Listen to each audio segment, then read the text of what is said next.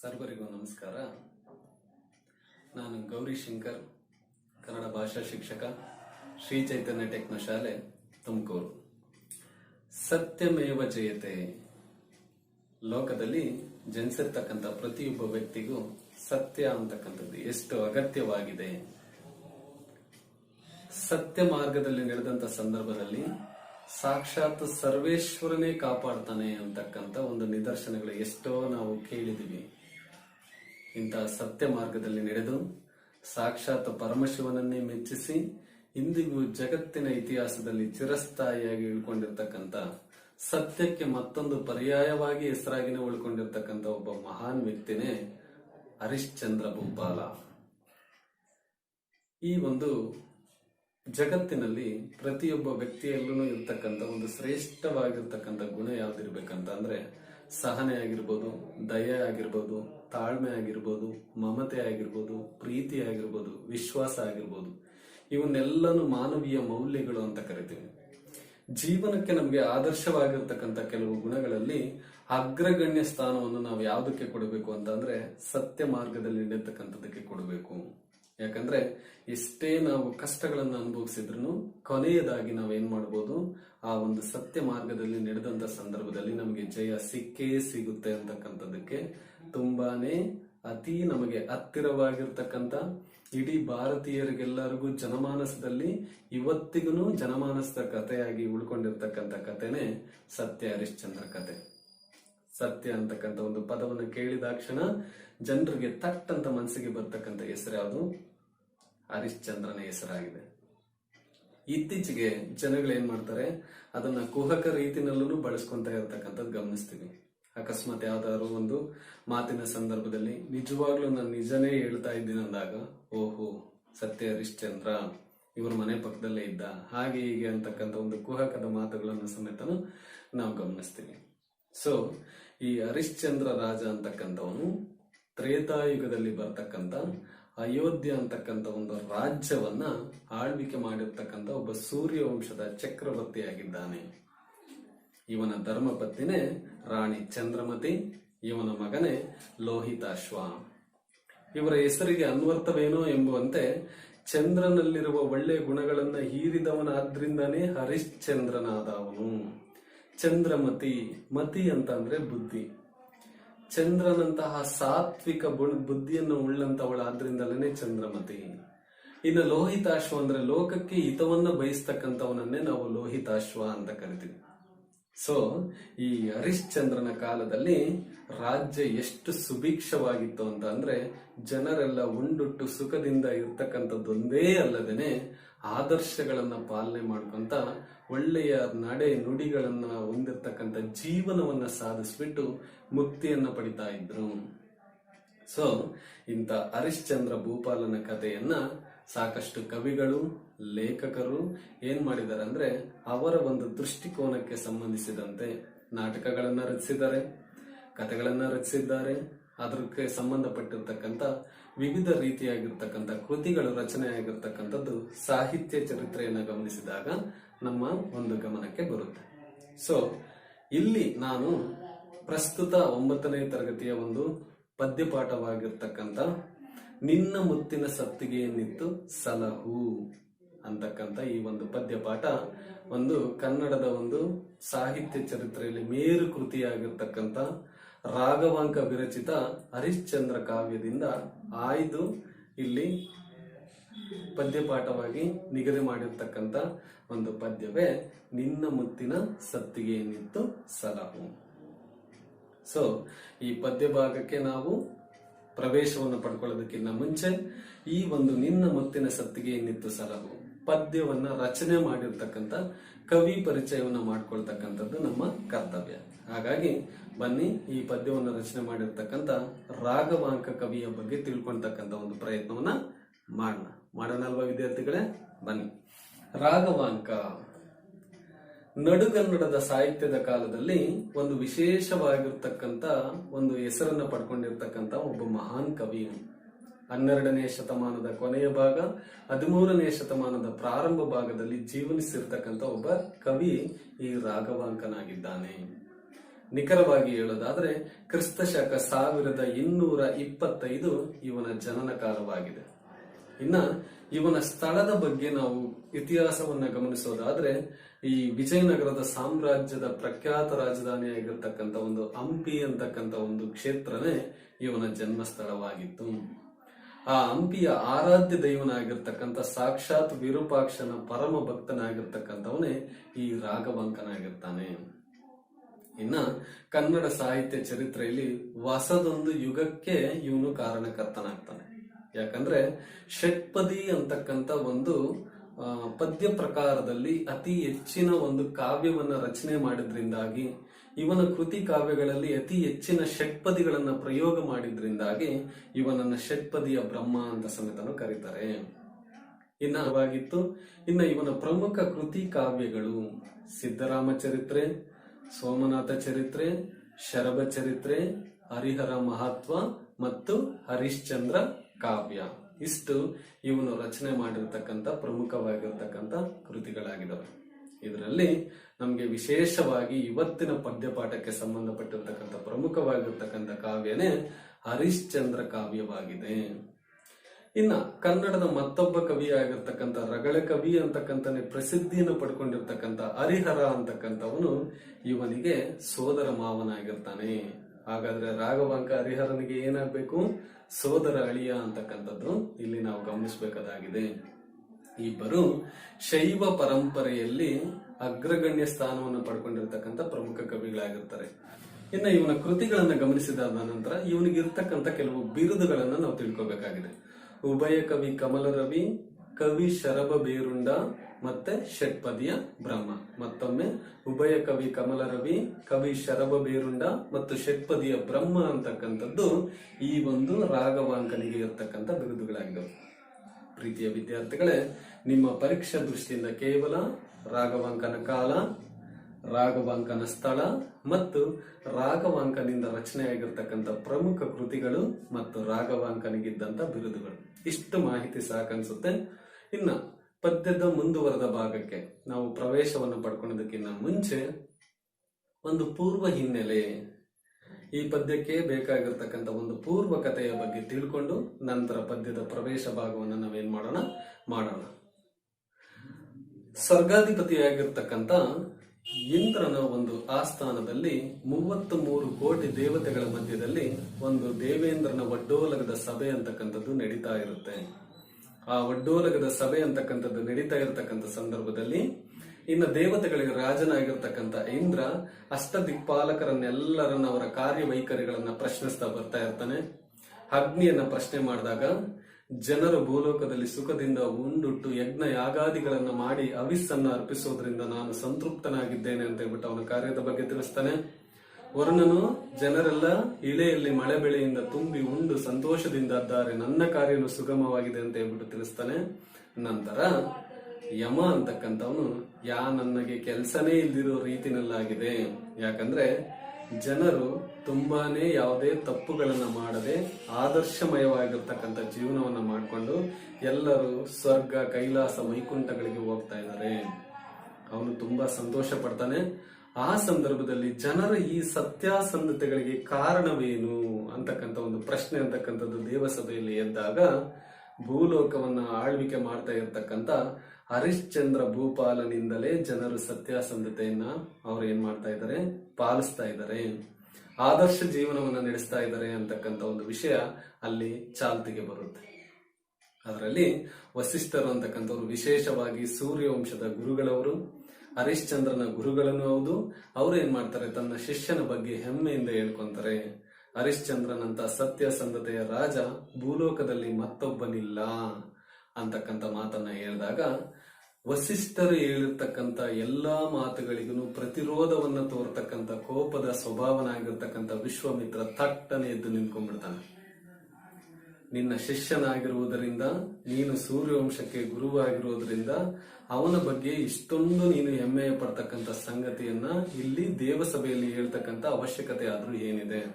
ಯಕಶ್ಚಿತ್ ಹರಿಶ್ಚಂದ್ರ ಅಂತಕ್ಕಂಥವನು ಒಬ್ಬ ರಾಜ, ನಾನು ಅವನಲ್ಲಿ ಸುಳ್ಳು ಏಳ್ಸಿಯೇ ತೀರ್ತೀನಿ ಅಂತಕ್ಕಂಥ ಒಂದು ಮಾತನ್ನ ಹೇಳಿದಾಗ ಅವರು ಒಬ್ಬರಿಗೊಬ್ಬರಿಗೆ ಮಾತಿನ ಚಕಮಕಿ ಅಂತಕ್ಕಂಥದ್ದು ನಡೆದು ಪಂಥಾಹ್ವಾನವನ್ನ ನೀಡ್ತಾರೆ. ಸರಿ, ನಾನು ಹರಿಶ್ಚಂದ್ರನ ಬಾಯಿಯಲ್ಲಿ ಸುಳ್ಳು ಹೇಳಿಸಿದ್ದೆ, ಆದ್ರೆ ನಿಮ್ಮ ಪಂಥವೇನು ವಸಿಷ್ಠರೇ ಅಂತಕ್ಕಂಥ ಒಂದು ಮಾತನ್ನ ವಿಶ್ವಾಮಿತ್ರರು ಹೇಳಿದಾಗ, ನಾನು ದಿಗಂಬರನಾಗಿ ಮುಕ್ತ ಕೇಶದಿಂದ ಸುರಪಾನವನ್ನು ಹಿಡಿದು ಸ್ವರ್ಗದಲ್ಲಿ ನಡೆಯುತ್ತೇನೆ ಅಂತಕ್ಕಂಥ ಒಂದು ಪಂಥವನ್ನು ವಸಿಷ್ಠರು ಒಪ್ಕೊಂತಾರೆ. ನಿಮ್ಮ ಪಂಥವೇನು ಹರಿಶ್ಚಂದ್ರ ಏನಾದ್ರೂ ಸತ್ಯಸಂಧನಾಗಿ ನಡ್ಕೊಂಡದ ಅಂದ್ರೆ, ಇಷ್ಟೆಲ್ಲ ನಾನು ತಪೋಬಲವನ್ನು ಪಡೆದು ಧ್ಯಾನ ತಪಶಕ್ತಿಯಿಂದ ಪಡ್ಕೊಂಡಿರ್ತಕ್ಕಂಥ ನನ್ನ ತಪಶಕ್ತಿಯಲ್ಲಿ ಅರ್ಧದಷ್ಟು ಶಕ್ತಿಯನ್ನು ನಾನು ಹರಿಶ್ಚಂದ್ರನಿಗೆ ದಾರಿ ಎರೆದು ತಪಸ್ಸಿಗೆ ಹೋಗ್ತೀನಿ ಅಂತಕ್ಕಂಥ ಒಂದು ಪಂಥ ಅಂತಕ್ಕಂಥದ್ದು ಅಲ್ಲಿ ನಡೆಯುತ್ತೆ. ನಡೆದ ತಕ್ಷಣನೇ ಆ ದೇವಸಭೆಯಿಂದ ಇಬ್ರು ನಿರ್ಗಮಿಸ್ತಾರೆ.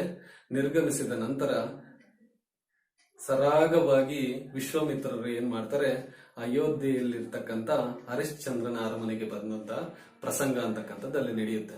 ಆ ಸಂದರ್ಭದಲ್ಲಿ ನಮ್ಮ ಈ ಒಂದು ಪದ್ಯದ ಕಥಾನಾಯಕನಾಗಿರ್ತಕ್ಕಂಥ ಹರಿಶ್ಚಂದ್ರ ಭೂಪಾಲ ಅಂತಕ್ಕಂಥವ್ನು ಏನ್ ಮಾಡ್ತಾ ಇರ್ತಾನೆ, ಆ ಅಯೋಧ್ಯೆಯಲ್ಲಿ ಸುವರ್ಣ ಯಾಗವನ್ನ ಮಾಡ್ತಾ ಇರ್ತಾನೆ. ಏನು ಸುವರ್ಣ ಯಾಗ ಅಂತ ಅಂದ್ರೆ, ರಾಜ್ಯದ ಒಂದು ಸುಭಿಕ್ಷೆಗೋಸ್ಕರವಾಗಿ ಚಿನ್ನವನ್ನ, ಸುವರ್ಣ ಅಂದ್ರೆ ಚಿನ್ನವನ್ನ ದಾನವನ್ನಾಗಿ ಕೊಡ್ತಕ್ಕಂಥ ಒಂದು ಯಾಗವನ್ನ ಮಾಡ್ತಾ ಇರ್ತಾನೆ. ನೇರವಾಗಿ ಬಂದಂತ ವಿಶ್ವಾಮಿತ್ರರಿಗೆ ಪತಿ ಸಮೇತ ಪುತ್ರ ಸಮೇತನಾಗಿ ಶಿರಸ್ಸನ್ನು ವಂಗಿಸಿ ನಮಸ್ಕಾರವನ್ನ ಮಾಡಿ, ನಿಮ್ಮ ಆಗಮನದಿಂದ ನಮ್ಮ ಅರಮನೆ, ನಮ್ಮ ಜೀವನ ಪುನೀತವಾಯಿತು, ಅಪ್ಪಣೆ ಆಗ್ಬೇಕು, ನಿಂಗೇನ್ ಬೇಕು ಅಂತಕ್ಕಂಥ ಒಂದು ಮಾತನ್ನ ಕೇಳ್ತಾನೆ. ನಂತರ ವಿಶ್ವಾಮಿತ್ರರು ಅಂತಕ್ಕಂಥವ್ರು ಮನಸ್ಸಿನಲ್ಲೇನೇ ಒಂದು ಆಲೋಚನೆಯನ್ನ ಮಾಡಿ, ಇವನಿಗೆ ಕೊಡಲಾಗದೇ ಇರತಕ್ಕಂಥಷ್ಟು ದಾನವನ್ನ ಕೇಳಿ ಇಕ್ಕಟ್ಟಿಗೆ ಸಿಲುಕಿಸಬೇಕು ಅಂತಕ್ಕಂಥ ಒಂದು ತಂತ್ರದಿಂದ ಎತ್ತರವಾಗಿರ್ತಕ್ಕಂಥ ಒಂದು ಆನೆಯ ಮೇಲೆ ಅತಿ ದಷ್ಟಪುಷ್ಟವಾಗಿರ್ತಕ್ಕಂಥ ಎತ್ತರವಾಗಿರ್ತಕ್ಕಂಥ ಒಬ್ಬ ವ್ಯಕ್ತಿ ಕವಡೆಯನ್ನು ಆಕಾಶಕ್ಕೆ ಚಿಮ್ಮಿದಾಗ ಅದು ಎಷ್ಟು ಎತ್ತರಕ್ಕೆ ಹೋಗುತ್ತೋ ಅಷ್ಟು ಒಂದು ಸಂಪತ್ತು ಅಂತಕ್ಕಂಥದ್ದು ನನಗೆ ಬೇಕು ಅಂತಕ್ಕಂಥ ಒಂದು ಅಪೇಕ್ಷೆಯನ್ನ ಅಲ್ಲಿ ವ್ಯಕ್ತಪಡಿಸ್ತಾರೆ. ಆಗ ಮರು ಮಾತನಾಡದೆ ತನ್ನ ಮಂತ್ರಿಗೆ ಅಪ್ಪಣೆ ನೀಡಿದಂತ ಹರಿಶ್ಚಂದ್ರ ಏನ್ ಮಾಡ್ತಾನೆ, ಅಷ್ಟು ಸಂಪತ್ತನ್ನ ತಂದು ವಿಶ್ವಾಮಿತ್ರನ ಕಾಲ ಬಳಿಯಲ್ಲಿ ಸುರಿಸಿದಾಗ ಆಶ್ಚರ್ಯಚಕಿತನಾಗಿ ತನ್ನ ಮೊದಲನೇ ಪ್ರಯತ್ನದಲ್ಲಿ ಸೋಲಾದರೂ ಅದನ್ನು ತೋರಿಸಿಕೊಳ್ಳದೆ, ಇಷ್ಟೊಂದು ಸಂಪತ್ತನ್ನ ನಾನು ಈಗಲೇ ಒಯ್ಯಲಾರೆ, ಸಮಯಾನುಸಾರ ಬಂದಾಗ ನಾನು ನಿನ್ನಿಂದ ತೆಗೆದುಕೊಳ್ಳುವೆ ಹರಿಶ್ಚಂದ್ರ, ಇದು ನಿನ್ನ ಅರಮನೆಯಲ್ಲಿ ಸುಭದ್ರವಾಗಿರಲಿ ಅಂತಕ್ಕಂಥ ಒಂದು ಮಾತನ್ನ ಹೇಳ್ಬಿಟ್ಟು ಅಲ್ಲಿಂದ ನಿರ್ಗಮಿಸ್ತಾರೆ.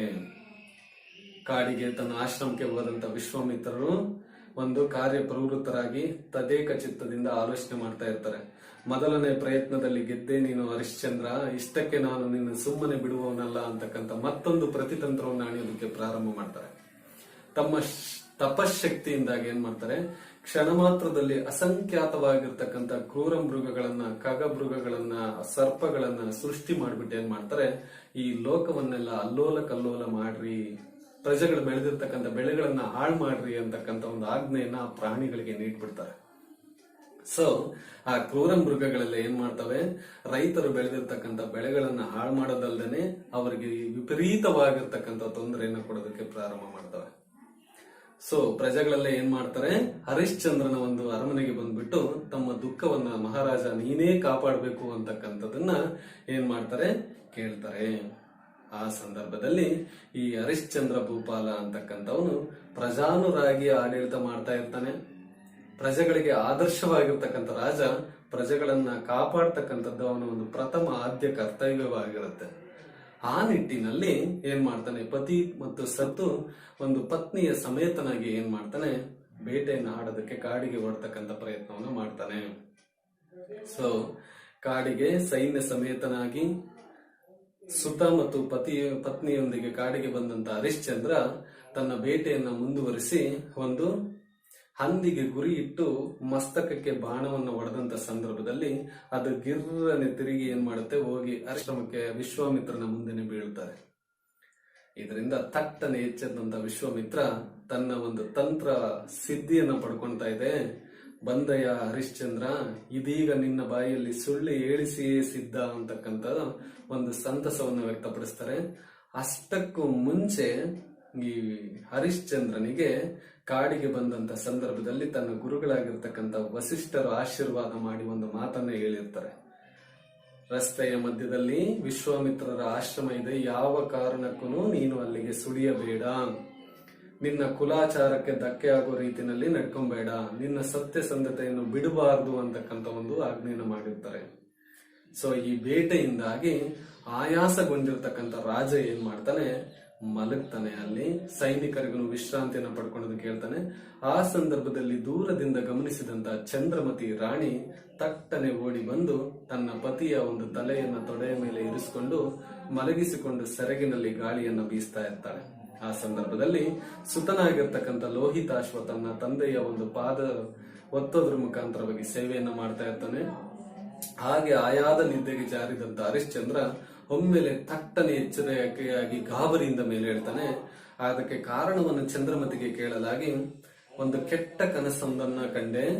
ಒಂದು ಮುನಿಗೆ ತನ್ನ ರಾಜ್ಯವನ್ನು ಸಕಲ ಸಂಪತ್ತನ್ನ ದಾನ ಮಾಡಿ ನಾನು ಸುತನು ಮತ್ತು ಪತ್ನಿಯೊಂದಿಗೆ ಕಾಡಿನಲ್ಲಿ ಹರಿಯುತ್ತಿರ್ತಕ್ಕಂಥ ಒಂದು ಭೀಕರ ದೃಶ್ಯವನ್ನು ಕಂಡೆ ಅಂತಕ್ಕಂಥ ಒಂದು ಗಾಬರಿಯನ್ನ, ಆತಂಕವನ್ನ ತನ್ನ ಹೆಂಡತಿಯೊಂದಿಗೆ ಹಂಚ್ಕೊಂತಾನೆ. ಆಗ ಚಂದ್ರಮತಿ, ಆ ಸಂದರ್ಭದಲ್ಲಿ ಚಂದ್ರಮತಿ ಅಂತಕ್ಕಂಥವಳು, ರಾಜ್ಯ ಕೋಶಾದಿಗಳು ಕಳ್ಕೊಂಡ್ರು ಪರವಾಗಿಲ್ಲ, ನಿಮ್ಮಲ್ಲಿರ್ತಕ್ಕಂಥ ಸತ್ಯ ಪರಿಪಾಲನೆ ಅಂತಕ್ಕಂಥದ್ದು ಹೀಗೆ ನಡೆದ್ರೆ ಅದೆಲ್ಲದಕ್ಕಿಂತ ಹೆಚ್ಚಿನ ಸೌಭಾಗ್ಯ ಅಂತಕ್ಕಂಥ ಒಂದು ಮಾತನ್ನ ಹೇಳಿದಾಗ, ನಿನ್ನಂತ ಪತಿ ಸತಿಯನ್ನ ಪಡೆದ ನಾನೇ ಸೌಭಾಗ್ಯವಂತ ಅಂತಕ್ಕಂಥ ಒಂದು ಮಾತನ್ನ ವ್ಯಕ್ತಪಡಿಸ್ತಾನೆ. ಸೊ ಆ ಗಾಬರಿಯಲ್ಲಿದ್ದಂತ ಸಂದರ್ಭದಲ್ಲಿ ಒಂದು ಘಟನೆ ನಡೆಯುತ್ತೆ. ಹರಿಶ್ಚಂದ್ರನ ಒಂದು ಸತ್ವ ಪರೀಕ್ಷೆಗಾಗಿ, ಕಷ್ಟವನ್ನ ಕೊಡೋದಕ್ಕಾಗಿನೇ ತಂತ್ರವನ್ನ ಅಣದಿರ್ತಕ್ಕಂಥ ವಿಶ್ವಾಮಿತ್ರ ಏನ್ ಮಾಡ್ತಾನೆ, ಅಚಾನಕ್ ಆಗಿ ವಸಿಷ್ಠರು ಹೇಳಿದ್ರೂ ಸಮೇತ ಆ ಬೇಟೆಯ ಮೈಮರವಿನಲ್ಲಿ ವಿಶ್ವಾಮಿತ್ರರ ಆಶ್ರಮವನ್ನ ಆಲ್ರೆಡಿ ಹರಿಶ್ಚಂದ್ರ ಪ್ರವೇಶ ಮಾಡಾಗಿರುತ್ತೆ. ಆ ಪ್ರವೇಶ ಮಾಡಿದಂತ ಸಂದರ್ಭದಲ್ಲಿ ತನ್ನ ತಪಶಕ್ತಿಯಿಂದ ಕ್ಷಣ ಮಾತ್ರದಲ್ಲಿ ಸೌಂದರ್ಯ ಲಾವಣ್ಯಗಳಿಂದ ಕೂಡಿರ್ತಕ್ಕಂಥ ಮಾತಂಗ ಕನ್ಯರನ್ನ ಸೃಷ್ಟಿ ಮಾಡಿ ಅವರಿಗೆ ತಮ್ಮ ಆವ ಭಾವ ಅಭಿನಯ ನಯವಾದ ಮಾತುಗಳಿಂದಾಗಿ ಹರಿಶ್ಚಂದ್ರನ ಜೊತೆಯಲ್ಲಿ ಸುಳ್ಳನ್ನ ಹೇಳಿಸ್ಬೇಕು, ಹರಿಶ್ಚಂದ್ರನ ಕೈಯಲ್ಲಿ ಅಧರ್ಮವಾಗಿರ್ತಕ್ಕಂಥ ಕೆಲಸಗಳನ್ನ ಮಾಡಿಸ್ಬೇಕಂತ ಒಂದು ಅಪ್ಪಣೆಯನ್ನ ಮಾಡಿ ಕಳಿಸ್ಕೊಡ್ತಾರೆ. ಸೊ ಆ ಗಾನ ರಾಣಿಯರಂತಕ್ಕಂಥವ್ರು ಬಂದು ಹರಿಶ್ಚಂದ್ರ ಮತ್ತು ಗಾನ ರಾಣಿಯರ ನಡುವೆ ನಡೀತಕ್ಕಂಥ ಒಂದು ಸಂಭಾಷಣೆಯೇ ಈ ಒಂದು ಪ್ರಸ್ತುತ ಒಂದು ಪದ್ಯ ಭಾಗ. ಪದ್ಯದ ಒಂದು ಶೀರ್ಷಿಕೆನೇ ಹೇಳುತ್ತೆ, ನಿನ್ನ ಮುತ್ತಿನ ಸತ್ತಿಗೆ ನಿಂತು ಸಲಹು. ಮುತ್ತಿನ ಅಂತಂದ್ರೆ ಮುತ್ತಿನ ಮಣಿಗಳು ನೋಡಿರ್ತಿರಲ್ವಾ, ಸತ್ತಿಗೆ ಅಂತ ಅಂದ್ರೆ ಛತ್ರ, ಅಂದ್ರೆ ಶ್ವೇತವಾದ ಛತ್ರ ಅಂತ ಹೇಳ್ಬಿಟ್ಟು ಕರಿತೀವಿ. ಒಬ್ಬ ರಾಜನಿಗೆ ಪಟ್ಟಾಭಿಷೇಕವನ್ನು ಮಾಡಬೇಕಾದ್ರೆ ಪಟ್ಟದ ಮಹಿಷಿ ಅಂದ್ರೆ ಪಟ್ಟದ ರಾಣಿ, ಪಟ್ಟದ ಕುದುರೆ, ಪಟ್ಟದ ಕತ್ತಿ, ನವರತ್ನಗಳು ಮತ್ತು ಈ ಶ್ವೇತ ಛತ್ರ, ಪರಂಪರೆಯಿಂದ ಬಂದಿರತಕ್ಕಂಥ ಈ ಶ್ವೇತ ಛತ್ರ ಅಂತಕ್ಕಂಥವ್ರು ಆ ರಾಜಾಧಿಕಾರದ ಒಂದು ಚಿಹ್ನೆಗಳಾಗಿರ್ತಾವ. ಅವನ್ನ ರಾಜನಾಗಿರ್ತಕ್ಕಂಥವನು ಕಾಪಾಡ್ಕೋಬೇಕಾಗಿರ್ತಕ್ಕಂಥದ್ದು ಅವನ ಧರ್ಮ. ಹಾಗಾಗಿ ಈ ಹರಿಶ್ಚಂದ್ರ ಮತ್ತು ಗಾನ ರಾಣಿಯರ ನಡುವೆ ನಡೀತಕ್ಕಂಥ ಸಂಭಾಷಣೆ ಏನ್ ನಡೀತು ಅಂತಕ್ಕಂಥ ತಿಳಿಸ್ಕೊಡ್ತಕ್ಕಂಥದ್ದೇ ಪ್ರಸ್ತುತ ಒಂದು ಪದ್ಯ ಭಾಗವಾಗಿದೆ. ಒಟ್ಟಾರೆಯಾಗಿ ಈ ಪದ್ಯದ ಪ್ರಮುಖ ಸಾರಾಂಶ ಏನಂದ್ರೆ, ಪ್ರತಿಯೊಬ್ಬನು ಸತ್ಯ ಮಾರ್ಗದಲ್ಲಿ ನಡಿಬೇಕು. ಇಲ್ಲಿ ವಿಶೇಷವಾದ ಇನ್ನೊಂದು ಅಂಶವನ್ನು ತಿಳಿಸೋದಕ್ಕೆ ಬಯಸ್ತೀನಿ. ನಮ್ಮ ರಾಷ್ಟ್ರಪಿತರಾಗಿರ್ತಕ್ಕಂಥ ಮಹಾತ್ಮ ಗಾಂಧಿಯವರು ಬಾಲ್ಯದ ದಿನಗಳಲ್ಲಿ ಯಾಕೆ ತನ್ನ ಸತ್ಯ ಅಹಿಂಸೆ ಅಂತಕ್ಕಂಥ ಆದರ್ಶಗಳನ್ನ ಮೈಗೂಡಿಸ್ಕೊಂಡ್ರು ಅಂದ್ರೆ, ಈ ಹರಿಶ್ಚಂದ್ರ ಅಂತಕ್ಕಂಥ ಒಂದು ನಾಟಕ ಅವರ ಮೇಲೆ ಅಂತ ಅಗಾಧವಾದ ಪರಿಣಾಮ ಬೀರೋದ್ರಿಂದಾಗಿ ಅವರು ಸತ್ಯ ಮಾರ್ಗದಲ್ಲಿ ನಡೀತಕ್ಕಂಥ ಒಂದು ಪ್ರಯತ್ನವನ್ನ ಮಾಡ್ತಾರೆ. ಸೊ ಪ್ರೀತಿಯ ವಿದ್ಯಾರ್ಥಿಗಳೇ, ಇನ್ನು ತಡ ಮಾಡದೆ ಪದ್ಯಕ್ಕೆ ಒಂದು ಪ್ರವೇಶ ಪಡೆಯಲು, ಕನ್ಯೆಯರು ಹಗಲಂ ನೋಡಲೆಂದು ಬಂದರೋ, ಸುರಾಸುರರು ಹಂಬುದಿಯಂ ಮತಿಸುವಂದು, ವಸವಿಷದ ಹೊಗೆ ಹೊಯ್ದು ಕಗ್ಗನೆ ಕಂದಿ, ಜಲದೇವಿಯರು ಮನದಲ್ಲಿ ನೊಂದು ಮಾನಿಸರ್ ಆದರೋ. ಕಮಲಜಂ ನೀಲದಿಂದ ಮಾಡಿದ ಸಾಲ ಬಂಜಿಕೆಗಳ್ ವದವಿ ಜೀವಂ ತಳೆದವೋ, ಎನಿಪ್ಪ ಅಂದದಿಂ ಬಂದರ್ ಅಂಗನೆಯರು ಅವನೀಶನೆಡೆಗೆ. ಸೊ ಈ ಒಂದು ಪದ್ಯ ಭಾಗವನ್ನ ಸರಳವಾಗಿ ನಾವು ಅರ್ಥೈಸ್ಕೊಳ್ಳೋದಕ್ಕಿಂತ ಮುಂಚೆ ಈ ಒಂದು ಪದ್ಯ ಭಾಗದಲ್ಲಿ ಬಂದಿರತಕ್ಕಂಥ ಪ್ರಮುಖವಾಗಿರ್ತಕ್ಕಂಥ ಕಠಿಣ ಪದಗಳ ಒಂದು ಅರ್ಥ ಮತ್ತು ಬಂದಿರತಕ್ಕಂಥ ವ್ಯಾಕರಣಾಂಶಗಳ ಬಗ್ಗೆ ಬೆಳಕನ್ನು ಚೆಲ್ತಕ್ಕಂಥ ಪ್ರಯತ್ನ ಮಾಡ್ತೀನಿ. ಕಾರಿರುಳು, ಕಾಡುಗತ್ತಲೆಯ ರಾತ್ರಿ ಅಂದ್ರೆ ಕಪ್ಪಾದ ರಾತ್ರಿ ಅಂತ ಹೇಳ್ಬಿಟ್ಟು ನೋಡ್ಬೋದು. ನೆಕ್ಸ್ಟ್ ಇಲ್ಲಿ ಹಂಬುದಿ ಅಂತ ಅಂದ್ರೆ ಸಮುದ್ರ ಅಂತಕ್ಕಂಥ ಒಂದು ಅರ್ಥವನ್ನು ಕೊಡುತ್ತೆ. ಕಮಲಜಂ ಅಂತ ಅಂದ್ರೆ ಬ್ರಹ್ಮ ಅಂತಕ್ಕಂಥ ಒಂದು ಅರ್ಥವನ್ನು ಕೊಡುತ್ತೆ. ಅವನಿ ಅಂತ ಅಂದ್ರೆ ಭೂಮಿ ಅಂತ ಹೇಳ್ಬಿಟ್ಟು ನಾವಿಲ್ಲಿ ತಿಳ್ಕೊಬೇಕು. ಸಾಲ ಬಂಜಿಕೆಗಳು ಅಂತ ಅಂದ್ರೆ ಗೊಂಬೆಗಳು, ವಿಗ್ರಹಗಳು ಅಂತ ಹೇಳ್ಬಿಟ್ಟು ನಾವಿಲ್ಲಿ ಏನ್ ಮಾಡ್ಬೇಕಾಗಿದೆ, ತಿಳ್ಕೊಬೇಕಾಗಿದೆ. ಇಷ್ಟು ಈ ಒಂದು ಪದ್ಯ ಭಾಗದಲ್ಲಿ ಬರ್ತಕ್ಕಂಥ ಕಠಿಣ ಪದಗಳ ಒಂದು ಅರ್ಥ. ಇನ್ನ ಹಗಲಂ ಅಂತಕ್ಕಂಥದ್ದು ಒಂದು ದ್ವಿತೀಯ ವಿಭಕ್ತಿ ಪ್ರತ್ಯಯ ಆಗಿದೆ ಹಳೆಗನ್ನಡದ. ಸುರಾಸುರ ಅಂತಕ್ಕಂಥದ್ದು ಸುರ ಪ್ಲಸ್ ಅಸುರ, ಸುರಾಸುರ ಸವರ್ಣ ದೀರ್ಘ ಸಂಧಿಗೆ ಉದಾಹರಣೆ ಆಗ್ತಕ್ಕಂಥ ಒಂದು ಅಂಶ ಆಗಿದೆ. ಇಷ್ಟು ಈ ಒಂದು ಪದ್ಯ ಭಾಗದಲ್ಲಿ ಬರ್ತಕ್ಕಂಥ ಪದಗಳ ಅರ್ಥ ಮತ್ತು ವ್ಯಾಕರಣ ಅಂಶ. ಇನ್ನ ಈ ಒಂದು ಪದ್ಯವನ್ನ ಸರಳವಾಗಿ ಅರ್ಥ ಮಾಡ್ಕೊಳ್ತಕ್ಕಂಥ ಒಂದು ಪ್ರಯತ್ನವನ್ನ ಮಾಡೋದಾದ್ರೆ, ಸಂದಕಾರಿರುಳು ಕನ್ಯೆಯರು ಹಗಲಂ ನೋಡಲೆಂದು ಬಂದರು. ಸಂದ ಅಂದ್ರೆ ಬಂದಿರ್ತಕ್ಕಂಥ, ಅಂದ್ರೆ ವಿಶ್ವಾಮಿತ್ರನು ಇವರ ಸೃಷ್ಟಿಯಿಂದ ಮಾಡಿದ್ದಾದ್ಮೇಲೆ ಇವರು ರಾಜನ ಜೊತೆಗೆ ಬರ್ತಕ್ಕಂಥ ಒಂದು ಸನ್ನಿವೇಶ ಏನಿದೆ. ಈಗ ಬಂದಿರತಕ್ಕಂಥ ಕಾರಿರುಳು ಅಂದ್ರೆ ಕಗ್ಗತ್ತಲೇ ಇರುಳು, ಅಮಾವಾಸ್ಯೆಯ ರಾತ್ರಿ ಆಗಿರ್ಬೋದು, ಆ ಒಂದು ಕಪ್ಪಾದ ರಾತ್ರಿ ಅಂತ ಏನ್ ಕರಿತೀವಿ, ಬೆಳಕಿನ ಒಂದು ಚೂರು ದರ್ಶನವಿಲ್ಲದೆ ಕಗ್ಗತ್ತಲು ಅಂತ ಹೇಳ್ಬಿಟ್ಟು ನಾವು ಸಮೇತನ ಕರಿಬಹುದು. ಅಂತ ಕಗ್ಗತ್ತಲೆಯಲ್ಲಿ ಕನ್ಯೆಯರು ಹಗಲನ್ನು ನೋಡಲೆಂದು ಬಂದರು. ಇಲ್ಲಿ ಸೂಕ್ಷ್ಮವಾಗಿ ಒಂದು ಅಂಶವನ್ನ ಗಮನಿಸಬೇಕು. ತಮ ಸೋಮ ಜ್ಯೋತಿರ್ಗಮಯ ಅಂತಕ್ಕಂಥ ಒಂದು ಮಾತನ್ನ ಹೇಳ್ತೀವಿ. ತಮ ಅಂದ್ರೆ ಏನು? ಕತ್ತಲು. ಜ್ಯೋತಿ ಯಾವುದರ ರೂಪ? ಬೆಳಕಿನ ಸ್ವರೂಪ. ಇಲ್ಲಿ ಕತ್ತಲಿಂದ ಕೂಡಿರ್ತಕ್ಕಂಥ ಅಧರ್ಮವನ್ನ ನುಡಿಸೋದಕ್ಕೆ, ಸುಳ್ಳನ್ನ ಹೇಳ್ಸೋದಕ್ಕೆ ಅಂದ್ರೆ ಅವರ ಮನಸ್ಸಿನಲ್ಲಿ ಕತ್ತಲಿದೆ. ಇಲ್ಲಿಗೆ ಬರ್ತಾ ಇದ್ದಾರೆ ಅವರು, ಬೆಳಕನ್ನು ನೋಡೋದಕ್ಕೆ ಬರ್ತಾರೆ. ಇಲ್ಲಿ ಬೆಳಕಿನ ಸ್ವರೂಪ ಯಾರು? ಹರಿಶ್ಚಂದ್ರ. ಕತ್ತಲಿನಿಂದ ಕೂಡಿರ್ತಕ್ಕಂಥ ಕನ್ಯೆಯರು ಹರಿಶ್ಚಂದ್ರ ಅಂತಕ್ಕಂಥ ಬೆಳಕನ್ನು ನೋಡೋದಕ್ಕಾಗಿನೇ ಬಂದ್ರೇನು, ಅಥವಾ ಹರಿಶ್ಚಂದ್ರ ಅಂತಕ್ಕಂಥ ಬೆಳಕನ್ನು ನೋಡುವುದಕ್ಕಾಗಿನೇ ಇವರು ಸೃಷ್ಟಿಯಾದ್ರೇನು? ಈ ಒಂದು ಮೊದಲ ಒಂದು ಈ ಒಂದು ಪದ್ಯದ ಚರಣದಲ್ಲಿ ಗಾನ ರಾಣಿಯರ ಒಂದು ಚೆಲುವನ್ನ ಮತ್ತು ರಾಜನ ಒಂದು ಏನು ಶ್ರೇಷ್ಠ ಗುಣವನ್ನ ತಿಳಿಸ್ತಕ್ಕಂಥ ಪ್ರಯತ್ನವನ್ನ ಕವಿ ಇಲ್ಲಿ ಮಾಡಿದ್ದಾನೆ. ರಾಜನನ್ನ ಬೆಳಕಿಗೆ ಹೋಲಿಸ್ತಾ ಇದ್ದಾನೆ ಅವನು, ಕನ್ಯೆಯರನ್ನ ಕತ್ತಲಿಗೆ ಹೋಲಿಸ್ತಾ ಇದ್ದಾನೆ. ಹಾಗಾಗಿ ಸಂದ ಕಾರ್ಯಗಳು ಕಗ್ಗತ್ತಲನೆಯ ರಾತ್ರಿಯಲ್ಲಿ ಆ ಕನ್ಯೆಯರು ಬೆಳಕು ಅಂತಕ್ಕಂಥ ರಾಜನನ್ನು ನೋಡೋದಕ್ಕೆ ಬಂದ್ರು. ಸುರಾಸುರರು ಅಂಬುದಿಯಂ ಮತಿಸುವಂದು. ಸುರ ಪ್ಲಸ್ ಅಸುರ ಅಂದ್ರೆ ಈ ಸಮುದ್ರ ಮಂಥನದ ಒಂದು ಕತೆ ಅಂತಕ್ಕಂಥದ್ದು ನಿಮಗೆ ಪ್ರಾಯಶಃ ಬಹಳ ಚೆನ್ನಾಗಿ ಗೊತ್ತು.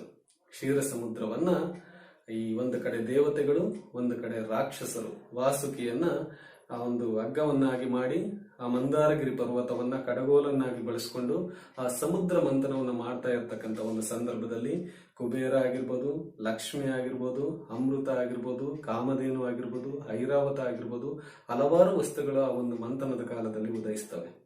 ಅದೇ ಒಂದು ಮಂಥನದಲ್ಲೇ ಇಡೀ ಜಗತ್ತನ್ನೇ ತಲ್ಲಣಗೊಳಿಸ್ತಕ್ಕಂಥ ಒಂದು ವಿಷ ಅಂತಕ್ಕಂಥದ್ದು ಸಮೇತನ ಉದ್ಭವ ಆಗುತ್ತೆ. ಜಗತ್ತು ಗಾಬರಿಗೊಂಡಾಗ ದೇವತೆಗಳೆಲ್ಲ ಪರಶಿವನನ್ನು ಮರೆ ಇಟ್ಟಾಗ ಆ ಶಿವನು ವಿಷವನ್ನು ಕುಡಿದಿದ್ರಿಂದಾಗಿನೇ ನೀಲಕಂಠ ಅಂತಕ್ಕಂಥ ಒಂದು ಹೆಸರನ್ನ ಪಡ್ಕೊಂಡ. ಅಂತ ಸುರಾಸುರರು ಅಂಬುದಿಯಂ ಮತಿಸುವಂದು. ಮತಿಸು ಅಂದ್ರೆ ಕಡಿತಕ್ಕಂಥದ್ದು. ಸಮುದ್ರವನ್ನ ಕಡಿಬೇಕಾದ್ರೆ ಹೊಸ ವಿಷದ ಹೊಗೆ ಒಯ್ದು ಆ ಜನಿಸ್ತಕ್ಕಂಥ ಹಾಲಾಹಲ ಅಂತಕ್ಕಂಥದ್ದು ಹೊಗೆ ತುಂಬಿರ್ತಕ್ಕಂಥ ವಿಷ ಬಂದಿದ್ರಿಂದ ಕಗ್ಗನೆ ಕಂದಿ. ಕಗ್ಗನೆ ಅಂತ ಅಂದ್ರೆ ಇಲ್ಲಿ ಕಪ್ಪಾಗಿ, ಕಂದಿ ಅಂದ್ರೆ ಕಳಹೀನಾಗಿ, ಬ್ರೈಟ್ನೆಸ್ ಕಮ್ಮಿಯಾಗಿ, ಜಲದೇವಿಯರು ಮನದಲ್ಲಿ ನೊಂದು ಮಾನಿಸರಾದರು. ಅಂದ್ರೆ ಇಲ್ಲಿ ಆ ಕನ್ಯೆಯರು ಕಪ್ಪು ಬಣ್ಣದಿಂದ ಕೂಡಿರ್ತಕ್ಕಂಥ ಕೃಷ್ಣ ಸುಂದರಿಯರಾಗಿದ್ರು. ಅಲ್ಲಿ ಜಲಕನ್ಯೆಯರು ಅಂತಕ್ಕಂಥವ್ರು ಸಮುದ್ರದಲ್ಲಿ ಇರ್ತಕ್ಕಂಥವ್ರು ವಿಷದ ಪ್ರಭಾವದಿಂದ ಕಪ್ಪಾದ ಬಣ್ಣದಿಂದ ಕಳಹೀನರಾಗಿ ಬಂದ್ರೇನೋ ಅನ್ನೋ ರೀತಿನಲ್ಲಿ ಇಲ್ಲಿ ಕವಿ ಅಂತಕ್ಕಂಥವ್ನು ಹೇಳ್ತಕ್ಕಂಥ ಪ್ರಯತ್ನ ಮಾಡ್ತಾ ಇದ್ದಾನೆ. ಜಲಕನ್ಯೆಯರು ಕಳಹೀನರಾಗಿ ಮನುಷ್ಯರಾಗಿ ಹುಟ್ಟಿದ್ರೇನೋ ಆ ವಿಷದ ಪ್ರಭಾವದಿಂದ ಮನದಲ್ಲಿ ನೊಂದು ಮಾನಿಸರಾದರು. ಕಮಲಜಂ ನೀಲದಿಂದ ಮಾಡಿದ ಸಾಲ ಬಂಜಿಕೆಗಳ್ ವದವಿ ಜೀವಂತಳೆದವು. ಬ್ರಹ್ಮದೇವನು ತನ್ನ ನೀಲಿಯ ಬಣ್ಣದಿಂದ ಅಥವಾ ನೀಲಿ ಬಣ್ಣದಿಂದ ಅವನೇ ಸಾಲ ಬಂಜಿಕೆಗಳು, ಅವನೇ ಸೃಷ್ಟಿ ಮಾಡಿರ್ತಕ್ಕಂಥ ವಿಗ್ರಹಗಳೇನೋ, ಬ್ರಹ್ಮನ ಕೈಯಲ್ಲಿ ರಚನೆಯಾಗಿರ್ತಕ್ಕಂಥ ಗೊಂಬೆಗಳೇನೋ ಅನ್ನುವ ರೀತಿ ಸಾಕ್ಷಾತ್ ದೇವಾನು ದೇವತೆಗಳು ನೋಡಿದ್ರು ಇವರ ಮೇಲೆ ಮೋಹಗೊಳ್ಳುವ ರೀತಿನಲ್ಲಿ ಅಷ್ಟು ಸೌಂದರ್ಯವನ್ನ ಕೊಟ್ಟು ಸೃಷ್ಟಿ ಮಾಡಿರ್ತಾರೆ. ಯಾಕಂತ ಕನ್ಯೆಯರು ಇವರು ಅಷ್ಟು ಅಂದದಿಂದ ಬಂದರು ಅಂಗನೆಯರು. ಅಂಗನೆಯರು ಅಂತಂದ್ರೆ ಆ ಕನ್ಯೆಯರು ಯಾರೆಡೆಗೆ? ಅವನೀಶನೆಡೆಗೆ. ಪ್ರೀತಿಯ ವಿದ್ಯಾರ್ಥಿಗಳೇ, ಈ ಪದ್ಯವನ್ನ ಒಂದು ಕಪ್ಪಾದ ಕಡು ಕಗ್ಗತ್ತಲೆಯ ಒಂದು ರಾತ್ರಿಯಲ್ಲಿ ರಾಜ ಅಂತಕ್ಕಂಥ ಹರಿಶ್ಚಂದ್ರ ಅಂತಕ್ಕಂಥ ಒಬ್ಬ ರಾಜ, ಬೆಳಕನ್ನ ನೀಡ್ತಕ್ಕಂಥ ಅಥವಾ ಬೆಳಕಿಗೆ ಹೋಲಿಕೆ ಮಾಡಿರ್ತಕ್ಕಂಥ ಒಬ್ಬ ರಾಜನನ್ನ ನೋಡೋದಕ್ಕೆ ಬಂದ್ರು. ಜೊತೆಗೆ ಸುರಾಸುರರು ಅಂತಕ್ಕಂಥವ್ರು ಸಮುದ್ರ ಮಂಥನದ ಕಾಲದಲ್ಲಿ ಉದಯಿಸಿದಂತ ವಿಷದಿಂದ ಆ ಜಲಕನ್ಯೆಯರು ತನ್ನ ಕಳಹೀನರಾಗಿ ಮನಸ್ಸಿನಲ್ಲಿ ನೊಂದು ಜಲಕನ್ಯತ್ವದಿಂದ ಮನುಷ್ಯರಾಗಿ ಜನಿಸಿರ್ತಕ್ಕಂಥವ್ರೋ ಇವರು, ಅಥವಾ ಬ್ರಹ್ಮನ ಶಕ್ತಿಯಿಂದ ಉದಯಿಸಿದಂತ ಸೌಂದರ್ಯವನ್ನು ತುಂಬಿರ್ತಕ್ಕಂಥ ಗೊಂಬೆಗಳೇನೋ ಎಂತಕ್ಕಂಥ ಸೌಂದರ್ಯವನ್ನ ಹೊಂದಿರತಕ್ಕಂಥ ಈ ಕನ್ಯೆಯರು ಎಲ್ಲಿಗೆ ಬರ್ತಾರೆ ಅಂದ್ರೆ ಆ ರಾಜನಾಗಿರ್ತಕ್ಕಂಥ ಹರಿಶ್ಚಂದ್ರನ ಹತ್ರ ಬಂದ್ರೇನು ಅಂತಕ್ಕಂಥ ಒಂದು ಅರ್ಥವನ್ನ ಈ ಮೊದಲನೇ ಒಂದು ಪದ್ಯ ಭಾಗದಲ್ಲಿ ತಿಳಿಸ್ಕೊಡ್ತಕ್ಕಂಥ ಕವಿ ಏನ್ ಮಾಡಿದ್ದಾರೆ. ಇನ್ನು ಎರಡನೇ ಪದ್ಯವನ್ನು ನಾವು ತಿಳ್ಕೊಳ್ತಕ್ಕಂಥ ಒಂದು ಪ್ರಯತ್ನ ಮಾಡೋದಾದ್ರೆ, ಮಾಯದ ಹಬಲೆಯರು ಕಾಣುತ್ತ ಮಜ ಬಾಪು ಹದಟರಾಯ ಮಜರೇ ರಾಯ ರಾಯ ದಳವುಳಕಾರ ರಾಯ ಕಂಟಕ ರಾಯ ಜಗಜ್ಜೆಟ್ಟಿ ರಾಯ ದಲ್ಲಣ ರಾಯ ಕೋಲಾಹಲ ರಾಯ ಭುಜಬಲ ಭೀಮ ರಾಯ ಮರ್ದನ ರಾಯ ಜೀಯ ಸ್ಥಿರಂಜೀವ ಎಂದು ಕೀರ್ತಿಸಿ ಗಾಣನಾಯಕಿಯರ್ ಒಲಿದು ದಂಡಿಗೆ ಬಿಡಿದು ಪಡಮಟ್ಟು ಹಾಡಲ್ ಉದ್ಯೋಗಿಸಿದರು. ಈ ಪದ್ಯವನ್ನ ಸರಳವಾಗಿ ಅರ್ಥ ಮಾಡ್ಕೊಳ್ಳೋದಕ್ಕಿಂತ ಮುಂಚೆ ಇದರಲ್ಲಿ ಬಂದಿರತಕ್ಕಂಥ ಕೆಲವೊಂದು ಪದಗಳ ಅರ್ಥ. ಈ ಒಂದು ಪದ್ಯ ಭಾಗದಲ್ಲಿ ರಾಯ ಮತ್ತು ರಾಜ ತತ್ಸಮ ತದ್ಭವ ಪದಗಳಾಗ್ತವೆ.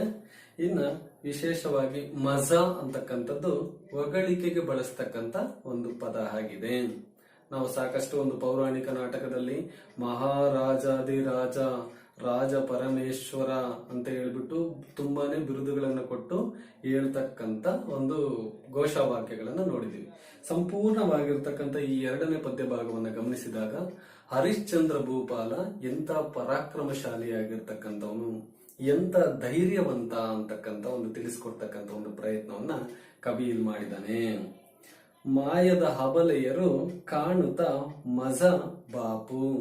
ಮಾಯದ ಅಂದ್ರೆ ಮಾಯದ ಕನ್ಯೆಯರವರು, ವಿಶ್ವಾಮಿತ್ರನ ಮಾಯೆಯಿಂದ ಜನಿಸಿರ್ತಕ್ಕಂಥವ್ರು ಈ ರಾಜನ ಬಳಿಗೆ ಬಂದಾಗ ಮಜ ಅಂದ್ರೆ ಹೊಗಳಿಕೆಗೆ ಪದ, ಬಲೆ ಅನ್ನೋ ರೀತಿಯಲ್ಲಿ ಬಳಕೆ ಪದ ಅದು. ಹದಟರಾಯ, ಹದಟ ರಾಯ ಅಂದ್ರೆ ಶೂರ ಪರಾಕ್ರಮಿ. ಮಜರೇ ರಾಯ ತುಂಬಾನೇ ಬಲಶಾಲಿ ಪರಾಕ್ರಮಿಯಾಗಿರ್ತಕ್ಕಂಥ ರಾಜ. ರಾಯ ದಳವುಳಕಾರ ಶತ್ರು ರಾಜರನ್ನ ಸೂರೆ ಮಾಡ್ತಕ್ಕಂಥವನು, ಶತ್ರು ರಾಜರನ್ನ ನಡಗಿಸಿಬಿಟ್ಟು ಅವರ ಒಂದು ಸಂಪತ್ತನ್ನ ಸೆಳ್ಕೊಂಡು ಬರ್ತಕ್ಕಂಥವನು ರಾಯ ದಳವುಳಕಾರ ಅಂದ್ರೆ. ರಾಯ ಕಂಟಕ, ಕಂಟಕ ಯಾರಿಗೆ ಕಂಟಕ? ಶತ್ರುಗಳಿಗೆ. ಹರಿಶ್ಚಂದ್ರ ಅಂತಕ್ಕಂಥ ಯಾವತ್ತು ಕಂಟಕ ಪ್ರಾಯನಾಗಿರ್ತಕ್ಕಂಥವನು. ರಾಯ ಜಗಜ್ಜೆಟ್ಟಿ, ಜಗಜ್ಜೆಟ್ಟಿ ಅಂತಂದ್ರೆ ರೆಸ್ಲರ್ಸ್ ಅಂತ ಹೇಳ್ಬಿಟ್ಟು ಕರಿತೀವಿ ನಾವು, ಕುಸ್ತಿಪಟುಗಳನ್ನ. ಬಲಶಾಲಿ ಒಂದೇ ಅಲ್ಲ, ನಮ್ಮ ರಾಜ ಅಂತಕ್ಕಂಥವನು ಒಬ್ಬ ಜಗಜ್ಜೆಟ್ಟಿ, ಸೋಲ್ಸೋದಕ್ಕೆ ಅಷ್ಟು ಸುಲಭ ಇಲ್ಲ. ರಾಯ ತಲ್ಲಣ ಅಂದ್ರೆ ಶತ್ರುಗಳಲ್ಲಿ ತಲ್ಲಣವನ್ನು ಉಂಟು ಮಾಡ್ತಕ್ಕಂಥವನು. ರಾಯ ಕೋಲಾಹಲ, ಶತ್ರು ರಾಜರ ಒಂದು ಸೈನ್ಯದಲ್ಲಿ ತನ್ನ ಒಂದು ಶಕ್ತಿಯಿಂದ ಕೋಲಾಹಲವನ್ನೇ ಸೃಷ್ಟಿ ಮಾಡ್ತಕ್ಕಂಥವನು. ರಾಯ ಭುಜಬಲ ಭೀಮ, ಆ ಭೀಮನಷ್ಟು ಬಲಶಾಲಿಯಾಗಿರ್ತಕ್ಕಂಥ ರಾಜ. ರಾಯ ಮರ್ದನ, ಶತ್ರುಗಳನ್ನ ಮರ್ದಿಸ್ತಕ್ಕಂಥವನು. ರಾಯ ಜೀಯ, ರಾಜರಿಗೆಲ್ಲ ಒಡೆಯನಾಗಿರ್ತಕ್ಕಂಥವನು. ಸ್ಥಿರಂಜೀವ, ಚಿರಂಜೀವಿಯಾಗಿರ್ತಕ್ಕಂಥವನು ಎಂದು ಕೀರ್ತಿಸಿ ಗಾಣನಾಯಕಿಯರ್ ಒಲಿದು ದಂಡಿಗೆ ಬಿಡಿದು ಪಡಮಟ್ಟು ಆಡಲು ಉದ್ಯೋಗಿಸಿದರು. ಏನಂದ್ರೆ ಈ ಗಾನ ನಾಯಕರಂತಕ್ಕಂಥವ್ರು ಈ ರೀತಿಯಾಗಿ ಅವನಿಗೆ ಘೋಷವಾಕ್ಯಗಳನ್ನು ಕೊಡ್ತಾ, ಅಂದ್ರೆ ಲೈಟ್ ಆಗಿ ಮೇಲಕ್ಕೆ ಹತ್ತಿಸ್ತಾ ಅವನಿಗೆ ಚೆನ್ನಾಗಿ ಪುಸ್ಲಾಯಿಸ್ತಕ್ಕಂಥ ಮಾತುಗಳನ್ನ ಹೇಳ್ತಾ, ದಂಡಿಗೆ ಅಂತಂದ್ರೆ ತಂತಿಯ ವಾದ್ಯವನ್ನ ಹಿಡಿದು ಅವನ ಬಗ್ಗೆ ಹೊಗಳಿಕೆ ಮಾತುಗಳನ್ನ ಆಡ್ತಾ ಅವನಿಗೆ ನಮಸ್ಕರಿಸಿ ಅವನ ಹತ್ರ ಬಂದ್ರು. ಈ ಪದ್ಯವನ್ನ ಸರಳವಾಗಿ ತಿಳ್ಕೊಳ್ಳೋದಾದ್ರೆ, ಆ ಒಂದು ರಾಜನ ಹತ್ರ ಬಂದಂತ ಸಂದರ್ಭದಲ್ಲಿ ಈ ರಾಜ ಅಂತಕ್ಕಂಥವನು ಬಹಳ ಪರಾಕ್ರಮಶಾಲಿಯಾಗಿರ್ತಕ್ಕಂಥವನು, ಶತ್ರುಗಳಿಗೆಲ್ಲ ಕಂಟಕಪ್ರಾಯವಾಗಿರ್ತಕ್ಕಂಥವನು, ಜಗಜ್ಜಟ್ಟಿ ಆಗಿರ್ತಕ್ಕಂಥ ಕುಸ್ತಿ ಆಡ್ತಕ್ಕಂಥ ಕುಸ್ತಿಪಟುವಿನಷ್ಟು ಬಲಶಾಲಿಯಾಗಿರ್ತಕ್ಕಂಥವನು, ಬಲಭೀಮನಾಗಿರ್ತಕ್ಕಂಥವನು ಮತ್ತು ಶತ್ರು ರಾಜರ ಒಂದು ಸೈನ್ಯದಲ್ಲಿ ಕೋಲಾಹಲವನ್ನೇ ಸೃಷ್ಟಿ ಮಾಡ್ತಕ್ಕಂಥವನು, ಶತ್ರು ರಾಜರನ್ನ ಮರ್ದಿಸ್ತಕ್ಕಂಥವನು ಅಂತಕ್ಕಂಥ ವಿಶೇಷವಾದ ಒಂದು ಹೊಗಳಿಕೆಯ ಪದಗಳನ್ನ ಆಡ್ತಾ ತಂತಿಯ ವಾದ್ಯವನ್ನ ಹಿಡಿದು ಆ ಗಾನ ನಾಯಕಿಯರು ಇವನಿಗೆ ನಮಸ್ಕಾರ ಪಡಮುಡು ಅಂದ್ರೆ ನಮಸ್ಕಾರ ಮಾಡ್ತಾ ರಾಜನ ಬಳಿಗೆ ಬರ್ತಕ್ಕಂಥ ಕರ್ತವ್ಯವನ್ನು ಮಾಡ್ತಾರೆ. ಸೊ ಇವತ್ತಿನ ಒಂದು ತರಗತಿಯಲ್ಲಿ ಇಷ್ಟು ಈ ನಿನ್ನ ಮುತ್ತಿನ ಸತ್ತಿಗೆ ನಿಂತು ಸಲಹುವಂತ ಅಂತಕ್ಕಂಥ ಒಂದು ಪದ್ಯದಲ್ಲಿ ಪೂರ್ವಕತೆ, ಪದ್ಯದ ಆಶಯ ಭಾವ ಮತ್ತು ಕವಿ ಪರಿಚಯ ಹಾಗೂ ಪದ್ಯದ ಮೊದಲ 2 ಚರಣಗಳನ್ನ ನಿಮ್ಮೊಂದಿಗೆ ಹಂಚ್ಕೊಳ್ತಕ್ಕಂಥ ಒಂದು ಪ್ರಯತ್ನವನ್ನು ಮಾಡಿದ್ದೀನಿ. ಮುಂದಿನ ತರಗತಿಗಳಲ್ಲಿ ಇನ್ನು ಮುಂದುವರೆದ ಪದ್ಯದ ಭಾಗವನ್ನು ತಿಳಿಸ್ಕೊಡ್ತಕ್ಕಂಥ ಒಂದು ಪ್ರಯತ್ನವನ್ನು ಮಾಡ್ತೀನಿ. ಸರ್ವರಿಗೂ ಧನ್ಯವಾದಗಳು.